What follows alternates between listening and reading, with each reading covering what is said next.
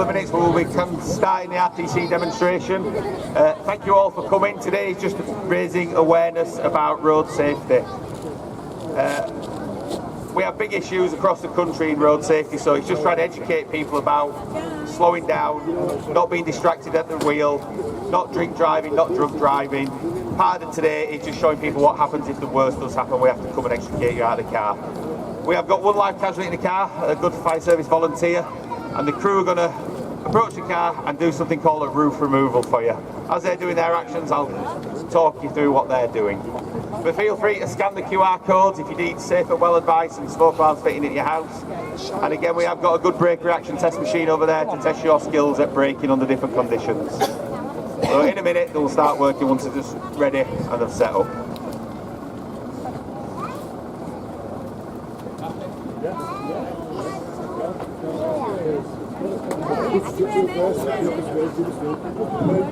Right, so what the crews do, so if anybody's actually been involved in a car crash, the first thing we have to do is make contact with a casualty, and that is to keep them calm and assess their conditions. And as they're doing that, we try to do something called simultaneous working. And what we need to do with a vehicle, once it's been involved in a car crash, we need to make it stable and secure. So that means by putting these wedges under the wheels, stop the cars rolling forward, backwards, and also keep that base nice and solid to protect the casualty's spine.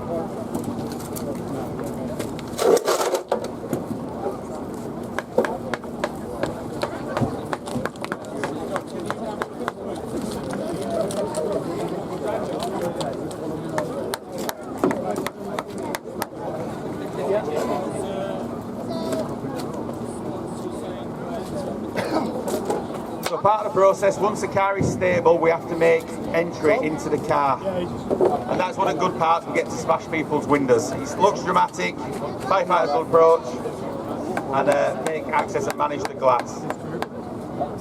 If you are trapped inside a car, the sheet we put over you is to protect you. As we're making cuts and breaking glass, we don't want the casualty to get any further injury. So what the sheet is called a casualty protection sheet. And part of the protection is the piece of plastic, what the firefighters using at the rear of the property is called a teardrop.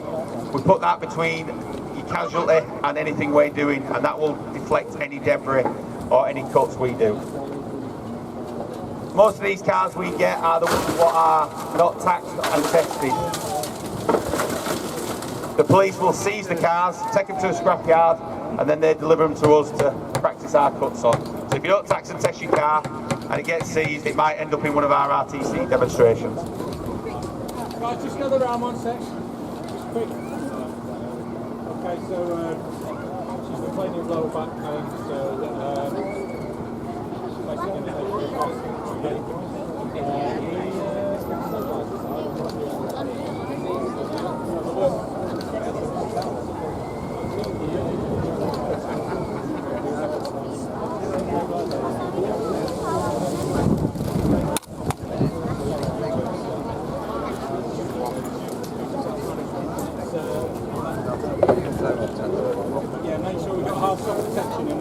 So if anybody goes on the internet and looks at Vision Zero, it's a campaign to stop any road deaths by 2035.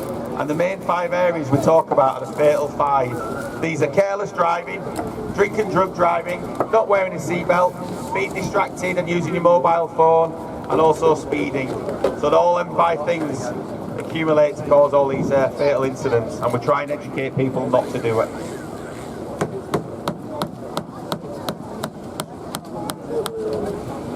The big tool, what the firefighter is using at the back, is called a spreader. This equipment is used to spread and open shut lines. Guys, rest.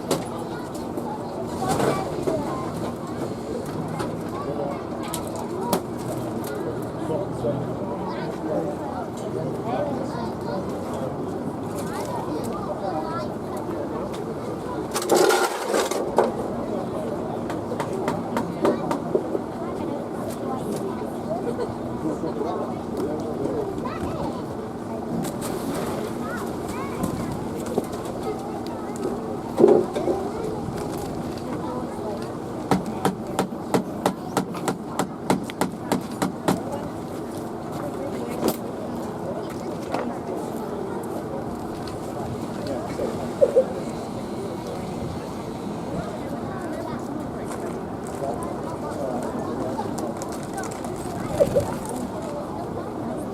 Toms, can you start, have you stabilised, yeah? Can you start doing peel reveal as well, please? I normally do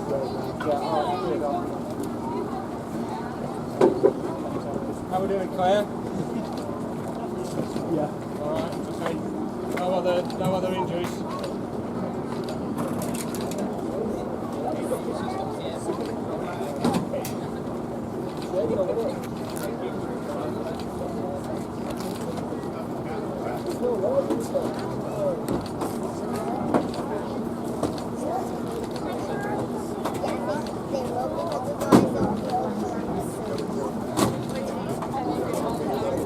But once we've made entry to car, what we've got to do is something called peeling and revealing. Lots of modern cars have airbags. If we cut through an airbag cylinder, it goes bang really loudly. So what we've got to do is make sure what we're cutting through is no hazards in there. Also, with the advent of electric cars, electricity and us cutting through a lot of wires doesn't go down well.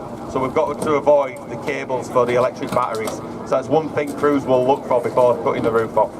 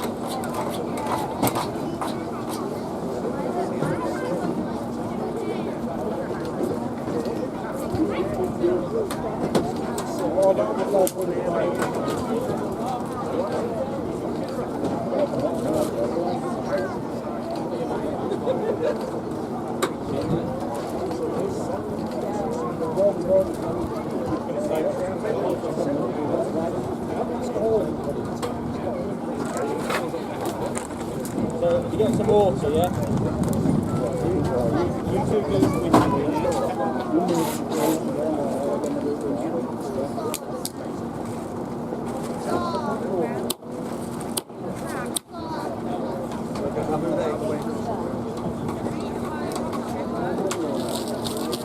The crews will go around marking where they're going to cut on the car, and also we have to manage the glass on the front windscreen.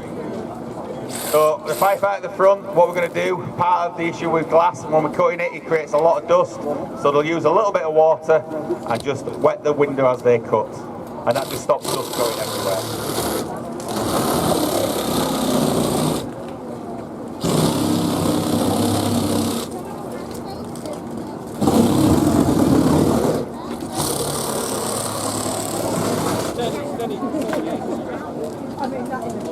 It's supposed to be in front of you, Mo. You cut and then you... Yeah? Just steady away.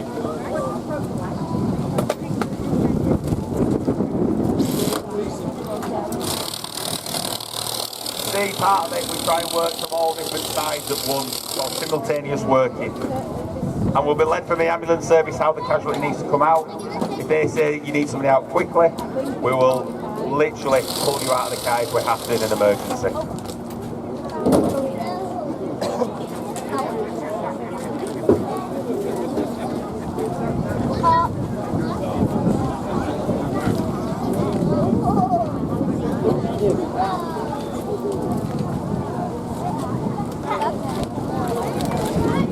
Take this door off, yeah? Can you Mo do this door? Yeah, might as well.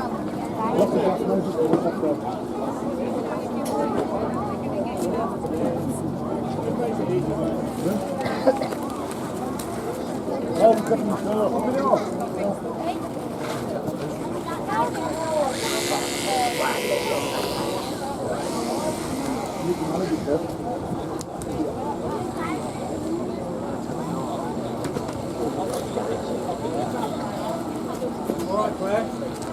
Just letting you know, we're having this door off next to the casualty, alright? Again, to help create space, they'll manage the glass on the door before removing the door, and that way we're in control of when the glass breaks.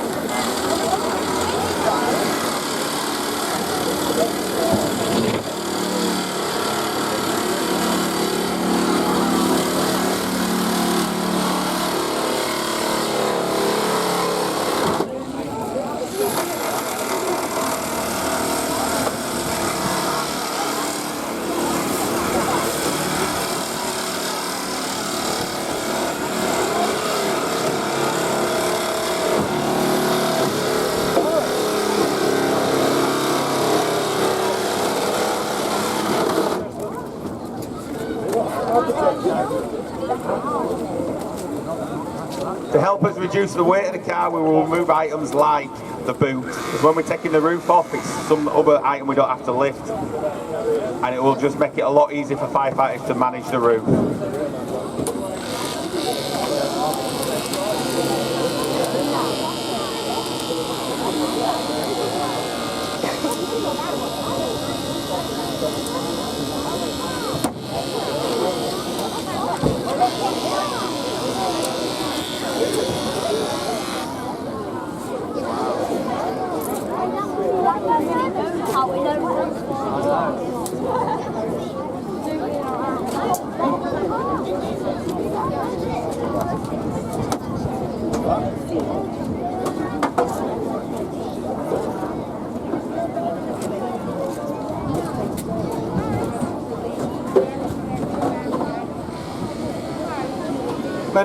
The equipment we use to cut the cars open are dedicated cutters, and they will cut through most bits of steel. Only cars we struggle to cut through is a front windscreen on a cabriolet car, because the A post on one of them cars is really strong and our cutters will not manage to cut through them. But most other cars we can cut through.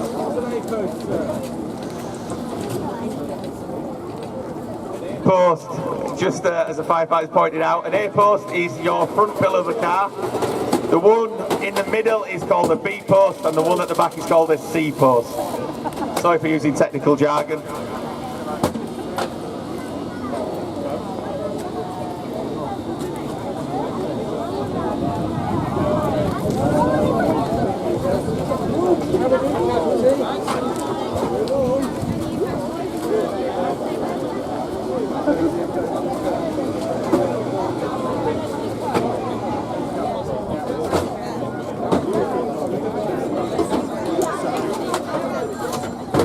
We will work around the car cutting all the pillars, and the last one we will cut is the one nearest to the casualty, and that is just to make sure the casualty is safe and the roof will not come in as we're cutting the other posts.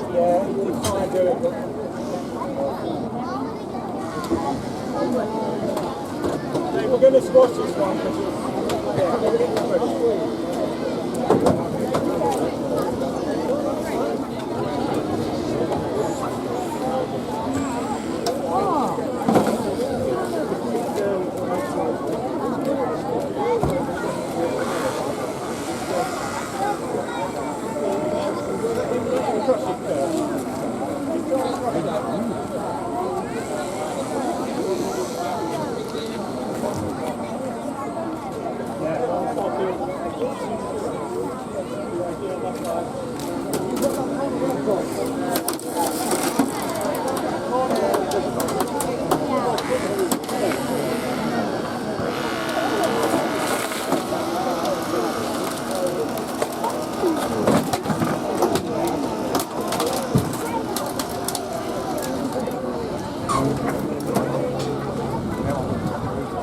Firefighters will use the spreaders to squash panels to make it easier for us to cut, because some panels are really thick, so what we'll do, we'll squeeze them smaller, then cut through them.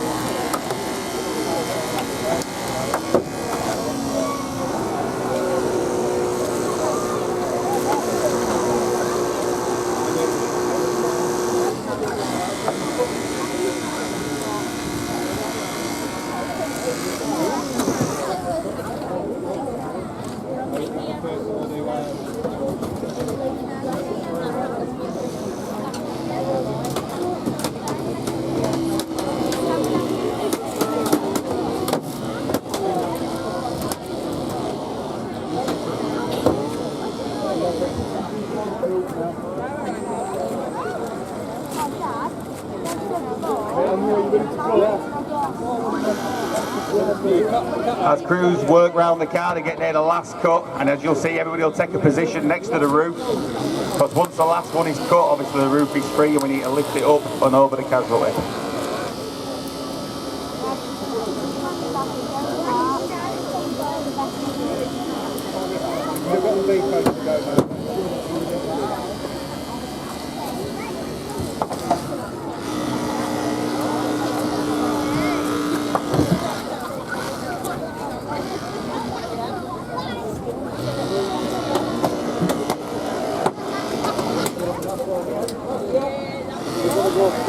Because they're just now cutting the last strut B-post on the car, and once this is cut, hopefully it's all free and we can lift the roof off, up and over the casualty, then we can start on releasing the casualty.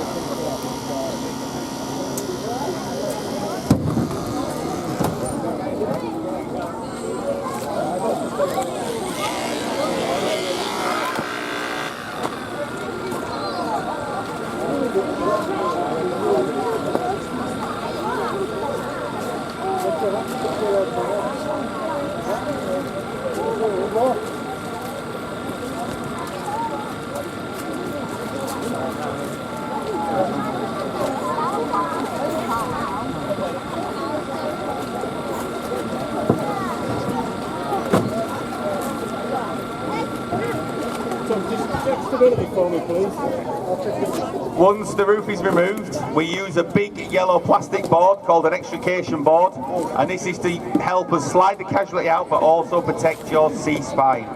We don't want anybody with spinal injuries getting any more injuries.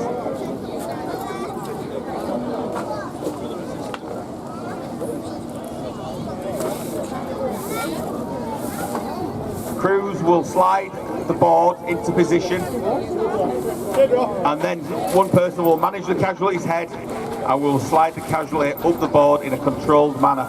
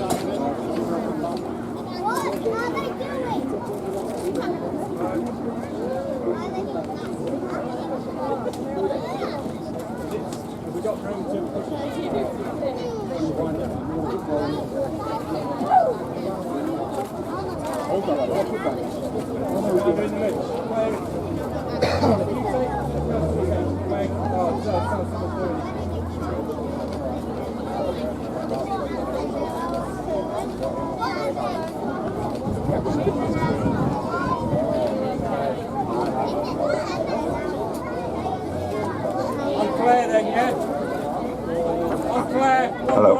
As you can see, somebody has taken control of the casualty's head to avoid any sudden movement, and then the casualty will lean against the board and slowly go backwards. And the aim of this is to try and keep the casualty's spine in a line.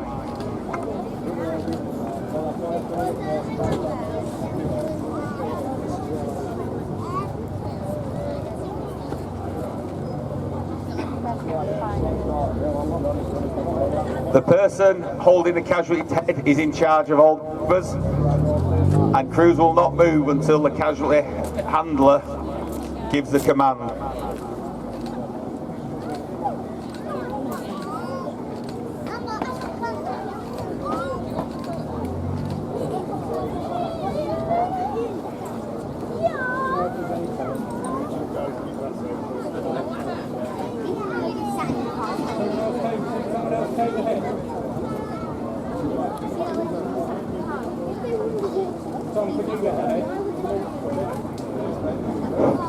As you can see on the car, we put special yellow bags around the edges, so that's to avoid anybody else getting cut, including rescuers, ambulance service and the casualty. They're called sharp edge protection.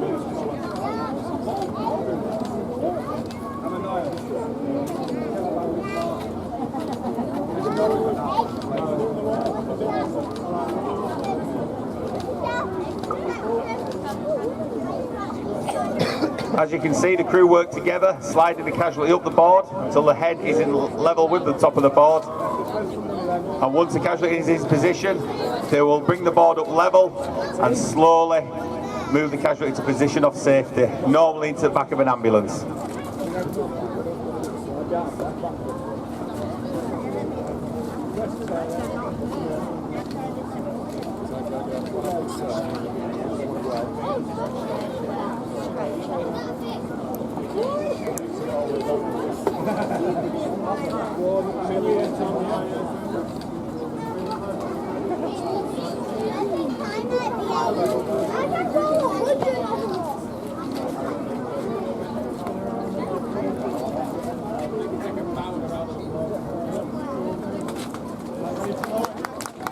So as you can see, the casualty is now being rescued.